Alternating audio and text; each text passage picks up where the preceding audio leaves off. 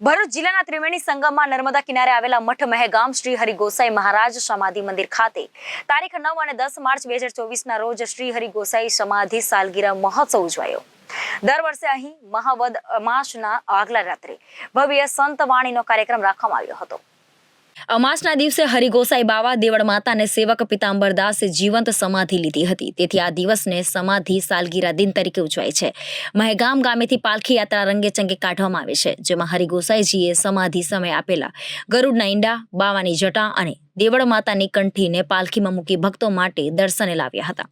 આ પાલખી યાત્રામાં સૌ ભક્તો મન મૂકીને નાચી ઉઠ્યા હતા। ગુરુ કરતાં ચેલાનું મહત્વ અહીં વધારે છે।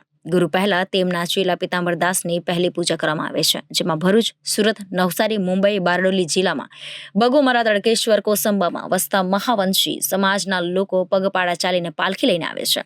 આ પાવન પ્રસંગે મોટી સંખ્યામાં આવી દર્શન કરી ધન્યતા ભક્તો અનુભવે છે। તારીખ 9-10-2024ના રોજ સાલગીરા મહોત્સવ 2024 શ્રી હરિગોસાઈ મંદિર જીર્ણોદ્ધાર સમિતિ અને મહંત કિરણબેન આચાર્યની આગેવાની હેઠળ યોજવાયો હતો। Reporter Viral Gohil, Janadesh news, Bharuch.